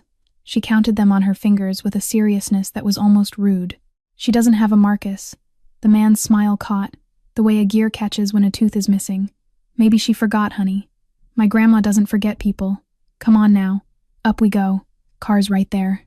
He tipped his head toward a late-model gray sedan idling at the curb with the rear door ajar. Naomi slid off the wall. She did not move toward him. She moved backward, one small, deliberate step, and her left hand came up and closed tight around the strap of her backpack. Her right hand, without her quite thinking about it, went into the pocket of her coat and closed around the turtle keychain. No, the word was flat and clean, and it did not wobble. The man's face began to change, not much, but enough that any adult watching would have registered it. The adult watching was turning the corner of Fielding Street at that exact second. A black Chevy Suburban pulled to the curb directly in front of the gray sedan, with a precision that cut it off from the street. All 3 doors on the curbside opened at once. Silas stepped out first. The 2 men with him moved with the quiet coordination of people who had done this dozens of times, one to the gray sedan's driver window, one past Naomi at Marcus's blind side. "Naomi," Silas said. His voice was calm in a way that made it carry. "Sweetheart, in the truck. Mr. Chase sent us." Naomi looked at him once. Then, for the first time in the last 90 seconds, she let out a breath. "Okay." She walked to the Suburban at a child's casual pace, because Naomi did not run from things if she could help it. She climbed into the back seat. The door closed. Marcus Reeves saw Silas. In the half-second it took him to place the face Blackwood, Chase's shadow. 6 years. Never off-leash, something moved across Marcus's expression and then flattened out again into nothing. He adjusted the canvas jacket. He nodded at the sidewalk, as if an errand had simply concluded, and turned on his heel, walking away at a brisk clip toward the cross street and the flower market beyond it. Silas spoke into his sleeve without looking. "On him. Do not lose him." 2 of the men peeled off and moved after Marcus at a steady pursuit jog. Marcus did not run. Running drew eyes. He walked fast, threaded the flower market's opening stalls, took one tight left into a delivery alley, and was gone in the crowd by the time Silas's men reached the mouth of the alley. A green van pulled out. A bus hissed into a stop. Silas closed the passenger door of the Suburban and climbed into the driver's seat. "Move." The truck pulled out. In the back, Naomi was sitting perfectly upright, hands folded in her lap, staring out the window at the winter-gray afternoon as if she were being driven home from a perfectly ordinary piano lesson. "Mr. Silas." "Yes, Naomi." "Who was that man?" "A bad man. Don't worry about him." She nodded slowly. Then, in the same mild tone, "I've seen him before, you know." Silas's eyes flicked to the rearview mirror. "Have you?" "He was outside the bodega on Gratiot last Tuesday. And outside my school on Thursday. He was holding a hot dog." She paused. "He wasn't eating it. He was just holding it. Who holds a hot dog for 11 minutes? Silas kept his face perfectly still. In 6 years under Chase Donovan, he had worked with men whose entire living was noticing things at the edge of their vision. He had sat in parked cars at 4 a.m, with half the surveillance budget of the FBI. He had trained 2 of his own men in the art of middle-distance observation. And none of them, not one, would have flagged the hot dog. He met her eyes in the mirror. "You're a very unusual child, Naomi." She did not take it as a compliment. She took it as a fact. "Is Uncle Chase going to be all right?" "Uncle Chase is going to take care of you and your grandma. That's his job now." Naomi was quiet for a moment. She leaned her temple against the cold window. "I'm not worried about me," she said eventually. "I'm worried about him. His eyes are sad, Mr. Silas. They've been sad this whole time. By nightfall, the apartment on Gratiot was empty. Chase had not asked Pearl to pack. He had sent 2 of Silas's people, a married couple who did this kind of work, and did it with dignity, a woman to help Pearl fold her own things into her own suitcase, a man to carry down the turtle keychain, the coloring books, the yellow sun blanket, and the framed photograph from the top of the television. Nothing was rushed. Nothing was thrown. Pearl walked out of her own front door with her purse over her arm, the way she would have walked out of it on any other Tuesday. And the door closed behind her on 28 years of holding her breath. Chase was waiting by the Escalade at the curb. He held the passenger door open himself. "Mrs. Whitaker." Pearl looked up at him. "Chase, please." She got in. They drove north. Out of the city, up through Royal Oak, past the Somerset Mall, into the kind of long, quiet streets where the houses sat back from the road behind gates and maples, Bloomfield Hills. The driveway Chase turned into was not marked. The gate was unmanned in a way that meant it was watched by 3 people the visitor would never see. The house was smaller than the Donovan estate, a cottage in scale by comparison, 2 stories, stone, warm-windowed, with a row of old beeches along the drive. Chase had bought it 5 years ago, under a shell company his uncle had never known existed, which was something he was only today grateful he had done. Inside, a fire was already burning in the front room. Naomi stopped in the hallway and looked around with her mouth slightly open. "Whose house is this?" "Mine," Chase said. "Yours, tonight." "Oh." He took her up the main staircase. The second door on the left had been let then until that afternoon. A guest room. It was not a guest room anymore. A housekeeper had spent the last 3 hours turning it into something else, under very specific instructions delivered by Silas at 1 in the afternoon. A 4-poster bed, small scale, with a cream canopy. A bookshelf that ran floor to ceiling along one wall, and on its shelves, 200 books in careful order, chapter books, poetry, a children's atlas, a row of mystery novels suitable for a 7-year-old, a desk by the window, a lamp with a fabric shade the color of a tangerine, and in the corner, taking up its own small square of floor, a second-hand upright piano, polished, tuned that morning, with a stool cushioned in dark green velvet. Naomi stood in the doorway. She did not move. "Did you get this for me, Uncle Chase? Your grandma told me you like to sing." Naomi made a sound that was halfway between a laugh and a hiccup. Then she ran. She crossed the room in 3 steps and wrapped both arms around Chase's leg, and buried her face against the side of his thigh. Chase went rigid. No one had done that to him in 30 years. Not at a funeral, not at a wedding, not in a hospital hallway. Children did not run at him, and adults did not embrace the head of the Donovan family. And the last person who had held him like he was a thing to be held had been a 7-year-old boy in the bottom of a linen closet. He looked down at the top of her head, at the uneven parts of her braids, slowly, not quite sure what the correct motion was. He lowered one hand and rested it on her hair. He patted her twice, awkwardly, the way a man who had not patted a child in his adult life might pat a child. In the doorway, Pearl pressed a knuckle to her mouth. Tears moved down her face, and she did not wipe them away. Hours later, with Naomi asleep and Pearl in the next room, Chase and Silas stood in the small back office of the Bloomfield house. A map of Detroit was laid flat on the desk, photographs along one edge, a laptop open, playing a soundless feed from 3 different cameras, 2 empty coffee cups, 1 full ashtray for a cigarette neither of them had actually smoked. "Saturday night," Chase said. "Vincent is hosting his 72nd birthday at the estate. Every capo in the city, lawyers, council members, the archbishop if he shows. It's the one night every year the whole table sits down in one room. That's our window.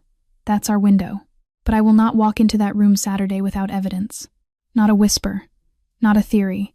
Evidence, audio, paper, photograph. Something Vincent cannot wave away, and something the men in that room cannot unsee.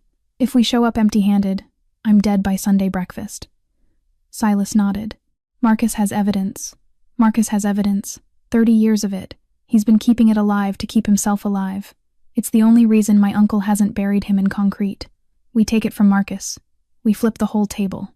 Without killing Marcus? Without killing Marcus. Not yet. He's the only living witness besides Pearl. I need him on camera." Silas thought about it.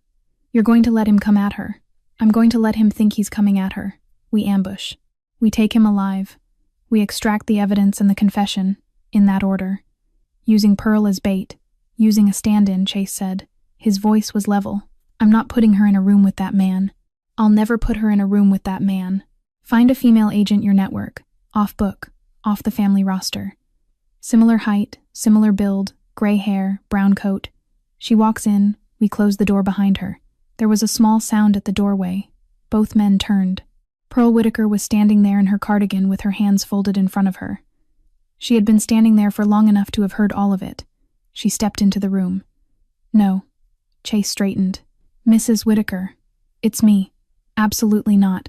30 years I ran because I was afraid of him, Pearl said, and her voice was low and even and somehow younger than it had been at any point in the last 10 days. 30 years I hid my face from a door because I thought if I looked at it, it would open.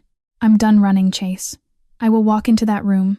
I will look the man who shot your mother in the eye, and you and I will finish what Eleanor started. Chase stared at her. In her eyes, the thin, fierce line of her mouth. The way her chin was up, he saw something he had not seen in 30 years. Not in any room, not in any mirror. He saw his mother. Thursday afternoon, Chase drove to Grosse Pointe Shores.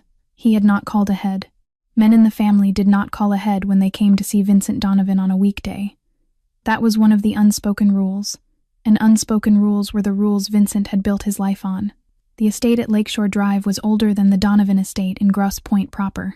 Chase had grown up here from the age of 8 onward, which was the age at which his uncle had moved him out of the burned property and into this one. With the brisk, generous air of a man doing a necessary favor, Chase had learned to swim off the private dock out back. He had learned to hold a gun in the garden shed on the west side. He had celebrated 13 birthdays, 19 Christmases, and 1 wedding reception inside these walls. Tonight, the gravel drive sounded different under his tires. The houseman met him in the foyer. Mr. Donovan, your uncle is in the library. Chase walked through to the library without taking off his coat. Vincent was already standing when he entered a man of 72, who moved like a man of 60. Trim, upright, white hair combed straight back, cashmere sweater the color of stone.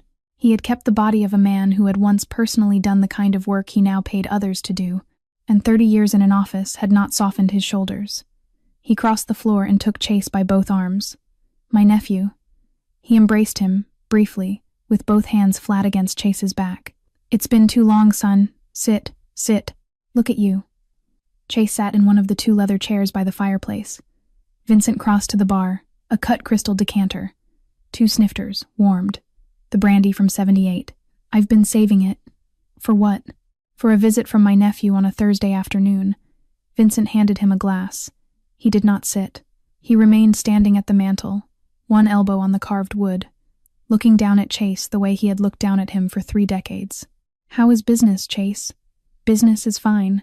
I hear you've been spending your afternoons in an unusual place. The sentence landed soft and flat, the way a hand closes on a fly. Chase did not move. He lifted the brandy. He tasted it. He set it down. Eastern Market, Vincent said. Yes. Quaint neighborhood. Not exactly our portfolio. An area somewhat beneath the altitude of a man of your name, wouldn't you say? I'm surveying some assets there, Vincent smiled. It was the small, patient smile he had smiled at Chase's 14-year-old face, when Chase had brought home a report card with a single B, assets, he said, or an old woman who sells pickled beets. Inside his chest, Chase went perfectly, glacially still. He knows. He had suspected it when he walked through the front door. He had felt it when Vincent said son, but the confirmation, said out loud into a warm library at 4 in the afternoon, was nevertheless a cold thing. 30 years. His uncle had known for 30 years that somewhere in this country Pearl Whitaker was alive. He had known, or at least he had feared it, and the weight of that knowledge had shaped every conversation they had ever had about the fire, about Eleanor, about who Chase was and was not allowed to become. Chase let exactly 2 seconds pass. Then he smiled. You always knew everything, Uncle. I try.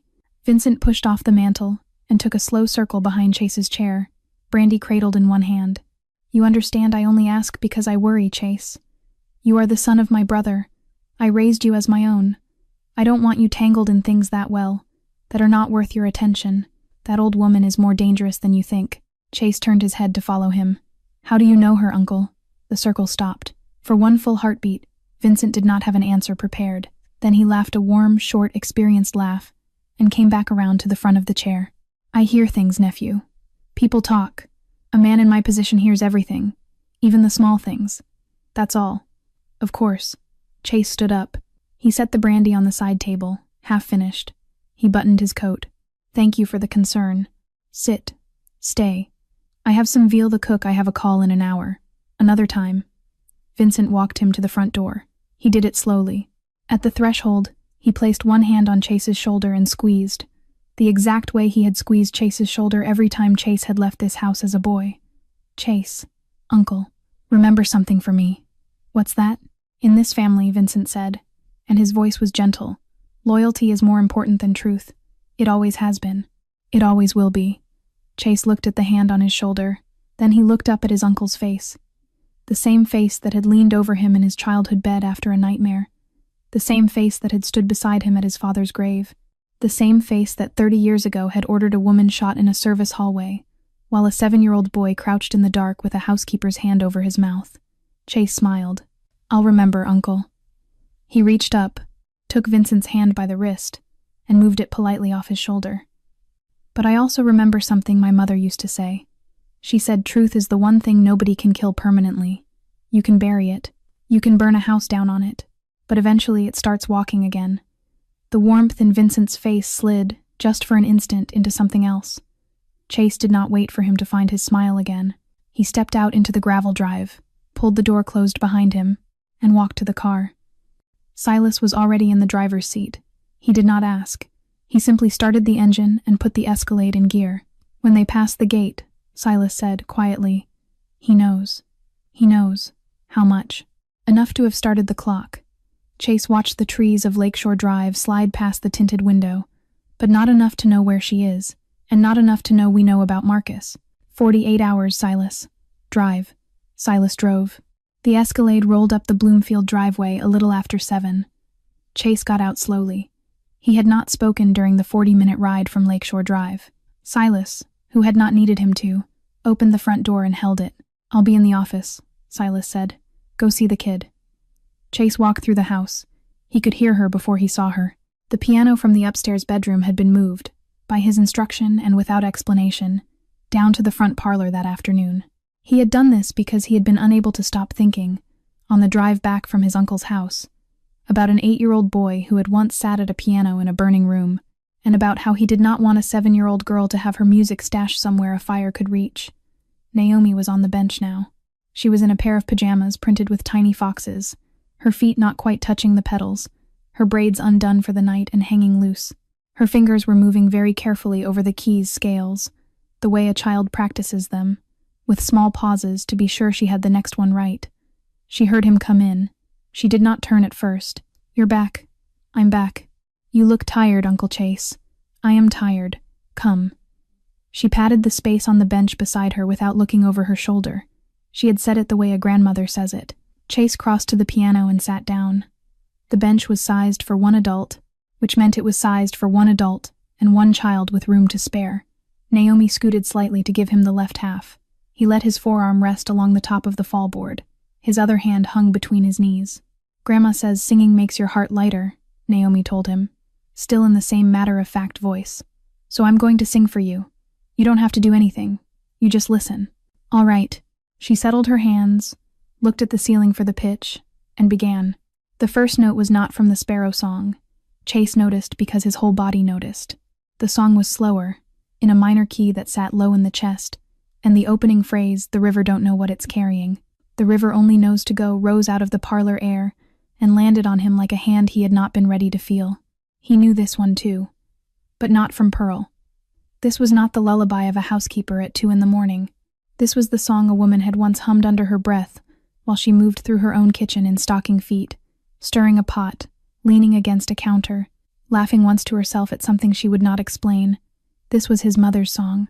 His mouth moved, but no sound came out. Naomi sang the first verse through.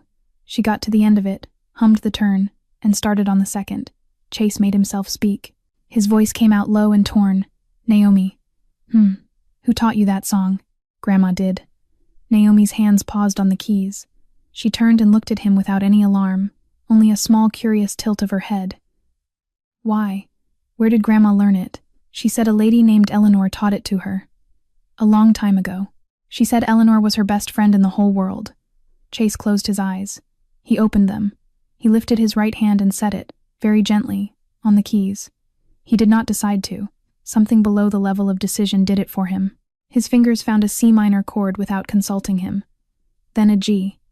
Then the small, mournful, walking bass in the left hand that went underneath that particular verse. Somewhere in a part of his memory he had not visited in 3 decades, A woman in a blue dress had once sat him on her knee at a grand piano in a big white house and closed his small fingers around a chord exactly like this one. "That's it. That's the one, baby. Feel it in your chest, not your fingers." He played. Naomi glanced down, saw his hand moving, and did not stop singing. She only smiled a quiet, enormous, surprised smile, and picked the verse back up where she had paused it. His chord slid underneath her voice and held it up. They sang the rest of it together. Pearl appeared in the parlor doorway somewhere in the middle. One hand pressed flat over her mouth. She did not interrupt. She stood until the last chord faded into the wood of the piano, and then she did not move for another long breath after that. Naomi turned on the bench, folded her hands in her lap, and looked up at Chase. "Uncle Chase, yes, I know I'm not your kid." She said it the way she said everything straightforward, without performance, no tremble. "But if one day you ever want somebody to call you Dad, I'll go first, okay?" Chase bent his head. For the first time in 30 years, he cried with sound. It was not a loud sound. It was the small, involuntary kind that comes out of a chest when the lock on a very old door finally gives. His shoulders moved once, twice. His right hand stayed on the keys as if it did not trust itself to leave them. Naomi climbed up onto her knees on the bench, leaned across his shoulder, and wrapped both arms around his neck. She did not say anything else. She simply held him. Pearl came into the parlor. She sat down on the far side of the bench, to Chase's right, close enough that her shoulder touched his. She said nothing either for a long time. Then, softly, into the lamplight, "Your mama would have loved that child. Lord, she would have loved her. Chase, quiet, hoarse. I think she sent her. Through you." Pearl nodded. She rested her hand on his back, between the shoulder blades, the same place her hand had gone when he was small. None of the three of them spoke again for a long while. Outside, beyond the long windows of the parlor, past the drive, past the beech trees, 400 meters into the wood line behind the property, a man in a black nylon shell was lying flat on a scoped rifle he had not yet loaded. Marcus Reeves adjusted the scope's fine focus by an eighth of a turn and brought the lit parlor window into perfect clarity. 3 figures at a piano. A child, an old woman, a man with his head bowed. He did not put pressure on the trigger. Tonight was only for watching. Tomorrow night was the night he would move. Friday night, 9:40. Eastern Market had been closed for 3 hours and the aisle lights were down to emergency yellow. Pearl walked up Russell Street alone. That was what it was supposed to look like. An old woman in a dark coat, a dark scarf over her gray hair, shoulders a little rounded the way an old woman's shoulders round on a cold October night. She carried a paper sack under one arm and a small keyring in her left hand. Her breath smoked in the cold. She did not glance behind her. She did not adjust her pace. 8 people were watching her. They were not visible. 2 were inside the dark produce stall across from the Whitaker stall, crouched behind stacked crates with suppressed carbines across their laps. 1 was in the rafters of the covered aisle, lying flat along a steel truss in black nylon. 2 were at the alley exits. 1 was a woman in a Carhartt jacket sweeping the aisle floor with a push broom, earpiece tucked behind her scarf. 1 was on the roof of the meat shed across Winder. 1 was Silas, directly above the storage door, in the dark of the mezzanine. 100 meters away, tucked into a parking lot on Orleans Street, an unmarked white van sat behind a dumpster with its engine off. Inside it, Chase Donovan sat on a folding bench, a headset over one ear, a laptop on his knee, showing 4 silent camera feeds. His face was unreadable. His hands were perfectly still on his thighs. Pearl reached the Whitaker stall. She paused. She let her keys jangle, an old woman fumbling for her keys sound, natural, unrehearsed, because Pearl had not needed to rehearse it. She unlocked the side door to the small storage room behind the stall. She went in. She flicked on the single bulb. The storage room was the size of a pantry. Shelves of empty mason jars, a spare wooden crate, a small metal desk in the corner with a ledger on it. She crossed to the desk. She picked up the ledger. She opened it. She made a small private sound that was meant to carry the sound of a woman confirming what she had come back for. Behind her, the back door opened without a creak. Pearl Whitaker. She did not jump. She finished turning a page in the ledger, closed it carefully, set it back down on the desk, and then she turned. Marcus Reeves stood in the doorway with a pistol in his right hand. The suppressor added 4 inches to the barrel. His jacket was the same beige canvas. He had not smiled this time. 30 years, he said. His voice was hoarse, the way a voice gets when it hasn't had occasion to speak for several hours. Pearl's hand trembled at her side. She did not hide it. She let it tremble and she looked at him anyway, full in the face, the way she had not been able to look at him on a wet October lawn in 1995. I know who you are. Is that right? You shot her. I heard your gun. The small one. Twice. Close together. She took a breath. It came short. I heard your boots on the wood. I heard you tell someone to light it up. Something moved across Marcus's expression. It was not quite surprise. It was the faint, unwelcome discomfort of a man who had always wondered, in the back of his head, how much the housekeeper had actually heard. Good memory, he said. Shame about that. Good memory gets people killed. I know about the photograph. The pistol did not move.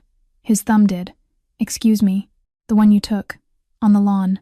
Me running with the boy. Pearl's voice was steadier than her hand.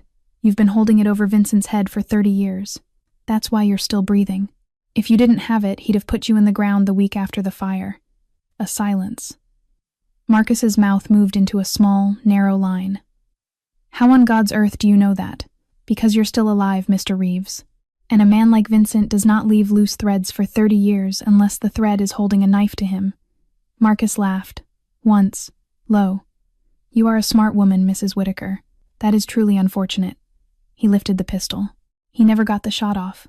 From above him, Silas dropped through the mezzanine trap with both feet and drove his heel straight down onto Marcus's extended wrist. The pistol spun free across the concrete. Marcus grunted and turned, reaching for the secondary weapon at his ankle. But the two men from the produce stall were already through the back door, and the woman in the Carhart was behind them, and Marcus Reeves, who had carried death in a briefcase for 40 years, was on his stomach with a knee in his spine in under 8 seconds. Silas pressed a fast zip cuff around the wrists. Clear. Pearl was still standing at the desk. She had not moved. Her trembling hand had closed quietly into a fist at her side. The side door opened. Chase Donovan walked in. He walked slowly, the way he had walked up to the stall a week ago, and he stopped 3 feet from where Marcus lay on the floor. He did not look at the men holding Marcus down.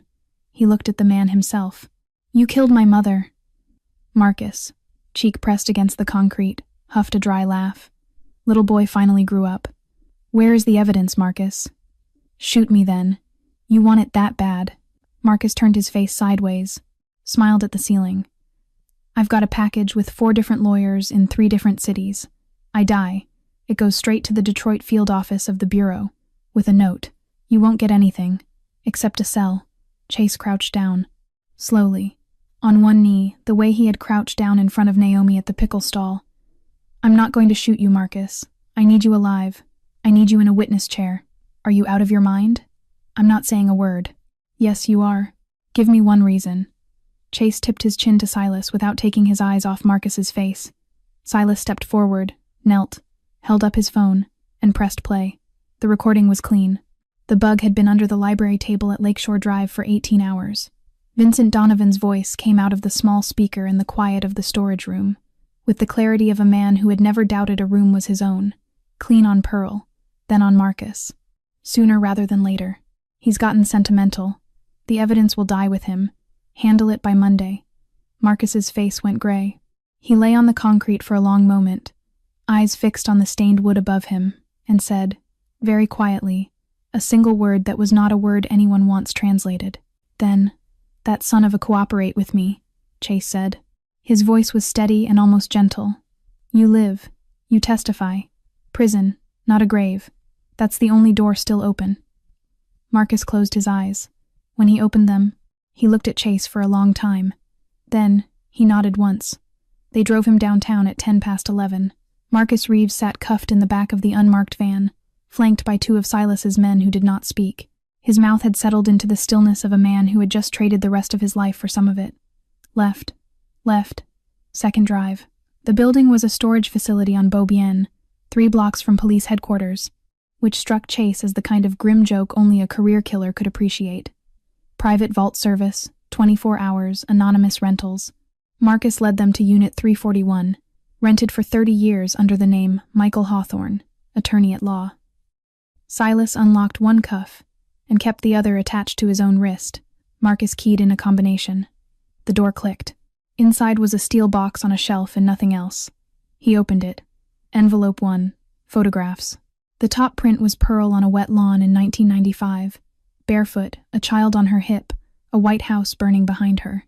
The second photograph took Chase's breath, Marcus and Vincent shaking hands on the same lawn, while the second floor still burned. A third, dated 2 days earlier, showed them meeting at a booth at Cliff Bell's. Envelope 2, a digital recorder and a typed transcript, one passage circled in red. Vincent, Eleanor will not agree. End her. The child stays. I'll raise him myself. Make it look like the house. Envelope 3, a ledger. 28 years of payments out of Donovan accounts through a Luxembourg trust into Marcus's false identities. $2,800,000 in a bookkeeper's neat hand. Chase laid each item out on the narrow shelf. He came to the last print, a Polaroid. His mother on the floor of the service hallway, taken from above, the way a man takes a photograph when he needs to prove to his boss that the job was done. Chase's hands began to shake. Hard. Silas stepped up behind him. One broad hand went flat between his shoulder blades. Boss, you with me, I'm with you. You all right? I'll be all right when my uncle sits in a cell. Chase put the Polaroid back. He closed the box. He turned to Marcus. All of it goes with us. Tonight. Marcus only nodded. At the safe house a little after 1, Chase made a call from a phone that had never dialed this number from this side of the law. Ramirez. Chase. I have it. All of it? Photographs, audio, ledgers, a living witness, cooperating, Jesus Christ. I need you at the Bloomfield address by 3. 2 people you trust. Nobody who has ever taken a Donovan check. A pause. Chase, you understand what this does to you. You'll have to sit in the chair yourself. Name your own involvement. Leave the family. Witness protection, possibly a year. And any crime of yours we can prove, we have to charge. Build the file. I'll sign every page. I want to walk out of this clean. Clean is not a word I've ever had in a sentence with your name. It is now. Why? Chase looked up through the kitchen doorway. A small foot in fox-printed pajamas dangled off the edge of a little bed upstairs. For a kid. What kid? My future adopted daughter. There was a very long silence on the other end. I'll be there by 3. Chase hung up. He climbed the stairs. Naomi's door was cracked.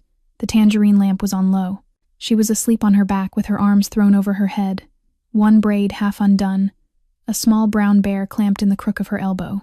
The turtle keychain sat on the nightstand next to her glasses. Chase sat down on the edge of the bed. He smoothed the frizzy hair off her forehead with 2 fingers. She did not stir. He leaned close. His voice was barely a breath. I'm going to do this right. Naomi. For the first time in my life. I promise you. A soft movement behind him. Pearl stood in the doorway in her cardigan, the hall light behind her making a thin gold line around her silver hair. She did not come in. She only looked at him with the old, steady look she had begun to wear around him, the look of a woman who had once held a 7-year-old in the bottom of a linen closet, and had been waiting, ever since, for the grown man to come back and let her finish the sentence. Your mama, she said softly, is smiling somewhere tonight, Chase. Chase bent his head over the sleeping child. He did not trust himself to answer. Saturday night, 8:14. The Donovan estate on Lakeshore Drive was lit from the gate to the water. Every window burned, strings of white lights along the old beaches, a quartet playing from the stone loggia. The circular drive held the cars of every capo in Detroit, 3 federal judges, 2 councilmen, a bishop, and a congressman whose wife had come as a favor. 80 people, everyone on Vincent Donovan's list. The valet straightened when the black Escalade turned in. Chase Donovan got out alone. He had driven himself. No Silas at his shoulder. No long-coated men. No pistol. He had left his weapon in the kitchen drawer at Bloomfield, beside a child's coloring book. Plain black suit, white shirt open at the collar. No tie. He walked up the stone steps with his hands visible. Tony Marone, a capo who had come up with Chase's father, saw him and stopped mid-sentence. 2 others turned. In seconds, the front of the party had gone quiet enough that the quartet's bowstrokes became the loudest thing in the room.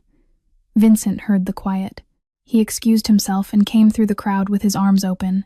Nephew, you came. He embraced him. Chase returned the embrace, one hand flat between Vincent's shoulder blades. He leaned his mouth close to his uncle's ear. I know you killed my mother. Vincent's body stopped moving. I have the photographs, the transcript from Cliff Bell's, the ledger. Marcus is cooperating. The bureau is at your gate. You have 30 seconds, uncle. Walk out with your hands open, or I put you on the floor of your own library in front of the bishop. Chase stepped back. The smile was still on Vincent's face. Only the eyes had changed.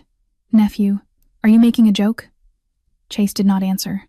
He walked past him, up onto the low bandstand where the quartet had been playing.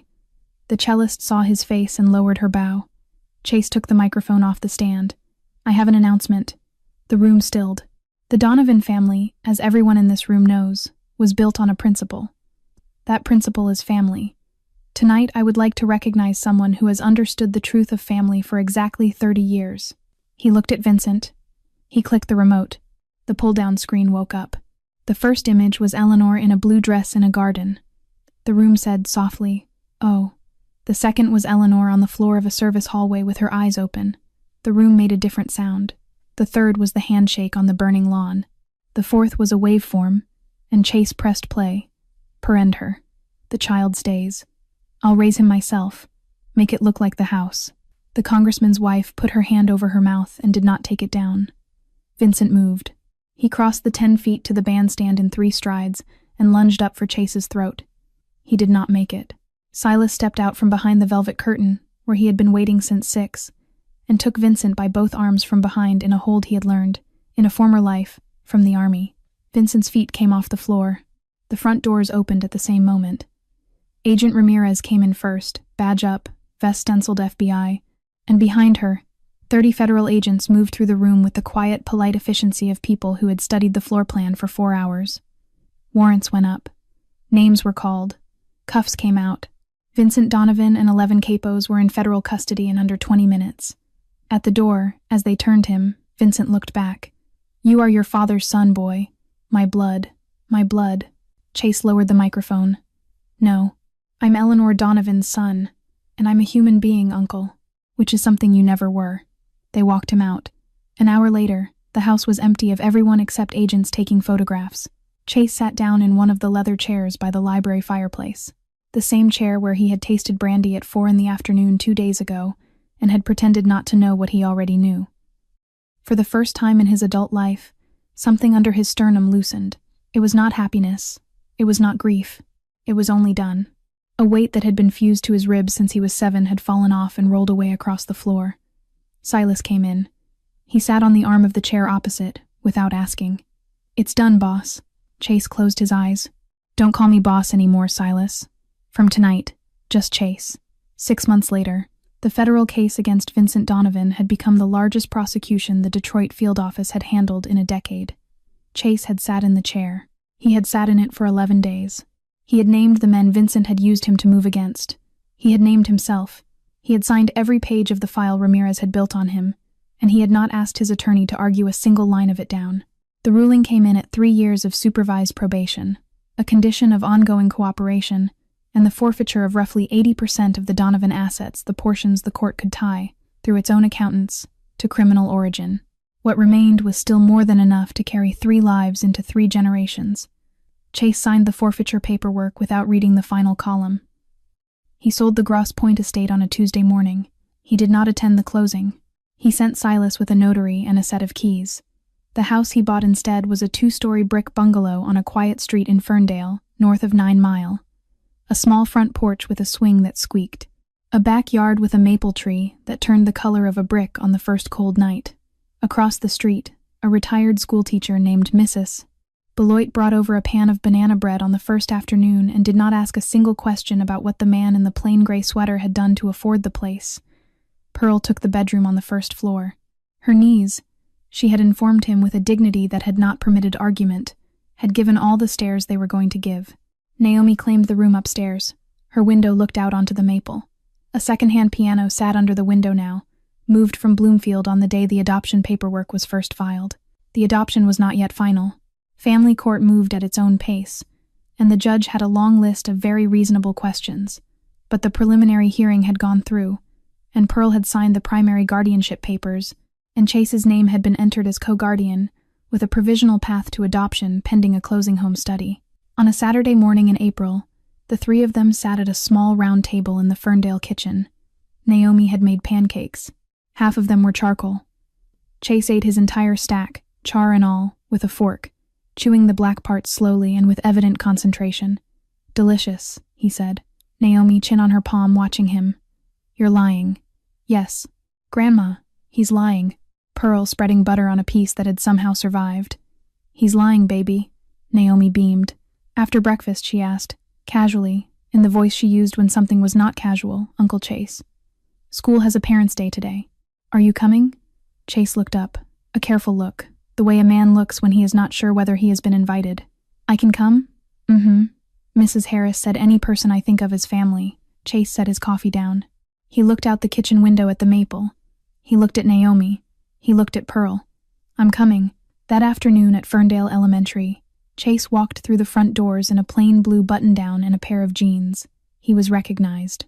2 of the parents had followed the trial in the papers, and their eyes did the small, involuntary widening that recognition produced. He smiled politely at them, nodded once, and kept walking. Mrs. Harris, a warm, round woman with a teacher's voice, had each child stand and introduce their visitors. When Naomi's turn came, she stood up, pushed her glasses up with one knuckle, and pointed. This is my grandma, Miss Pearl, and this is Mr. Pearl. Chase. He's my adopted dad. He didn't used to know how to say sorry. Now he does. The class laughed. Naomi sat down with dignity. Chase bowed his head and laughed quietly into his own chest. Under the small desk, Pearl reached over and patted the back of his hand, once, the way a person pats a hand that has finally, after a long lifetime, come to rest where it was always meant to be. And that is where we will pause this story. Because if you have been watching this far, there is something worth sitting with for a moment. A grown man had buried his mother for 30 years. He had buried her so completely that he had not noticed the shape of what he had become. And it was not a courtroom that reached him. It was not a bullet. It was not a confession. It was 6 words from a 7-year-old girl at a market stall on a Saturday morning. Did your mother not teach you how to act? Sometimes the people who change our lives do not arrive with speeches. They arrive with an untied shoelace and a question. Sometimes the family we spent our whole life looking for is standing 3 feet away behind a jar of pickled beets. And sometimes the bravest thing a human being can do is let themselves be loved by people who have every reason not to bother. If this story touched you in any way, please take a moment, tap the like button, subscribe to the channel, and share this video with someone you love. Every subscription, every share, every comment helps more stories like this reach more hearts. We would love to hear from you in the comments. Did a moment in Naomi, Pearl, or Chase's story remind you of someone in your own life? Is there a person you have been meaning to forgive or to return a call to? Tell us. We read every single comment, and your words may be exactly what another viewer needs to read tonight. Thank you for spending this time with us. We wish you good health, peaceful evenings, and a life that gets a little kinder, a little softer, one small moment at a time. Take care of yourself. Take care of the people near you. Goodbye for now, and we will see you in the next one.